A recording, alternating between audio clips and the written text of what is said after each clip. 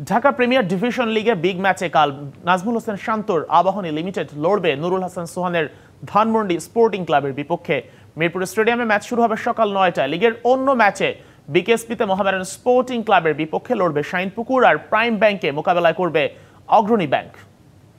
DPL এর অষ্টম পর্বে বিগ ম্যাচ। নিজেদের ৮ নম্বর ম্যাচে আবাহনীর প্রতিপক্ষ ধানমন্ডি স্পোর্টিং ক্লাব। ৭ ম্যাচে ১ হার, জয় ৬টা। ১৪ পয়েন্ট নিয়ে শীর্ষে আবাহনী। পয়েন্ট টেবিলের শীর্ষে থাকা দলটার কাছে কতটা গুরুত্ব পাচ্ছে ধানমন্ডি ক্লাব? ধানমন্ডি যে টিমের সাথে আমরা খেলবো সেই দলটা যথেষ্ট ভালো একটা দল। আমরা তাদেরকে ঠিক একইভাবেই চিন্তা করছি এবং আমরা আমাদের মতো করেই আমরা প্ল্যান করছি।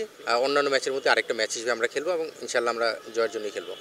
জাতীয় দলের অধিনায়ক নাজমুল হোসেন শান্ত যথারীতি হাল ধরেছেন আবাহনীর। রানেও ফিরেছেন এই বাঁহাতি, তাই কাজটা আরো সহজ হয়ে গেছে বলে জানালেন হান্নান সরকার। শান্ত টাচে আসাটা একটা সময়ের ব্যাপার ছিল। আমার বিশ্বাস যে সে কিন্তু ইনিশিয়ালি একটা দুটো ম্যাচে একটু সময় নিয়েছে, বাট এখন কিন্তু ভালো টাচে রয়েছে। আপনি তার শটগুলো, তার ইনিংসগুলো যদি দেখেন, তার শটের প্যাটার্নগুলো দেখলে আপনি বুঝবেন যে সে তার রিদমে ফিরে পেয়েছে, যেটা খুবই দরকার শুধু আবাহনীর জন্য না, বাংলাদেশ টিমের জন্য সামনে খেলা রয়েছে।